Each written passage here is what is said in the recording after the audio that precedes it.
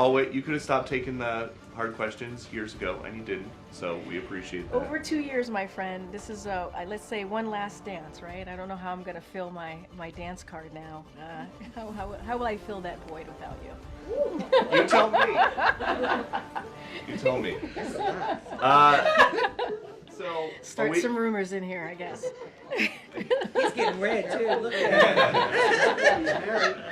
him. So a week from now, it's all over. Between next Monday and 2028. 2028? Who's the leader of the Democratic Oh Party? my goodness, wow. So far, we know of who've died in the fires. Has the president reached out or been in touch with any of their families directly? So look, our hearts obviously go out to families who have lost a loved one in these devastating fires, and certainly the victims in the community out there. It is, again, horrific. And as you know, and you all have been reporting this, local officials obviously confirmed additional deaths over the weekend. And so the president, I don't have any calls to read out, as the president has made to two families. Right now, the president's commitment, and you're going to hear him in a couple of hours when he returns from the State Department, where he does a wildfire briefing with his team. What we're trying to do is use every resource available so that we can help respond and certainly save lives. I'm going to let certainly Los Angeles County speak to the numbers and how any information that they may have. I don't have anything right now to share on any conversations that the president may have done as it relates to families and victims. But it is devastating, and we're doing everything that we can to offer up resources on the ground, as you know.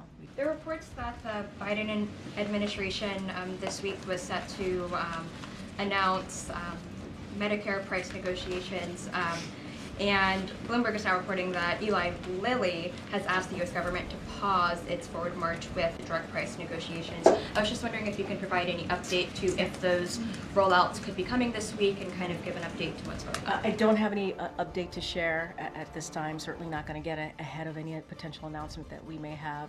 As you know, the Inflation Reduction Act was incredibly important in lowering costs for Americans as we think about, if you think about obviously climate change, it was and what we're seeing with the wildfires, it certainly is the most proactive piece of legislation that we were able to get passed to deal with climate change. But as you asked me about this particular question, look, we were able to beat Medicare. That is something that this president was able to do. Now you see Medicare is able to make negotiations. I think you remember about a year or so ago, Eli Lilly was able to bring down their cost on insulin. And a lot of that was because of what this president did on capping insulin for seniors, which makes a big deal, is a life-changing effort for seniors. And so, look, not going to get ahead of any potential announcement, don't have anything to share, but... In the case of the hurricanes Helene and Milton, there was some finding that Chinese and other foreign countries were amplifying messages, or do you have any evidence of that? So I don't have any evidence to share with you on that piece, but what I will say about misinformation and disinformation, it is incredibly dangerous, as we all know, as we're trying to provide resources, as we're trying to, folks on the ground, local officials are trying to make sure that they're keeping people safe who are dealing with this wildfires. It gets in the way of that. It puts people's lives in danger. And so certainly we're going to continue to call that out, and it is something that needs to stop. As far as if any countries that are behind that, I can't speak to that at this time, but certainly we need to continue to call out the misinformation, disinformation. It is dangerous. It puts people's lives at risk, and it needs to stop. Thanks, everybody. Thank you.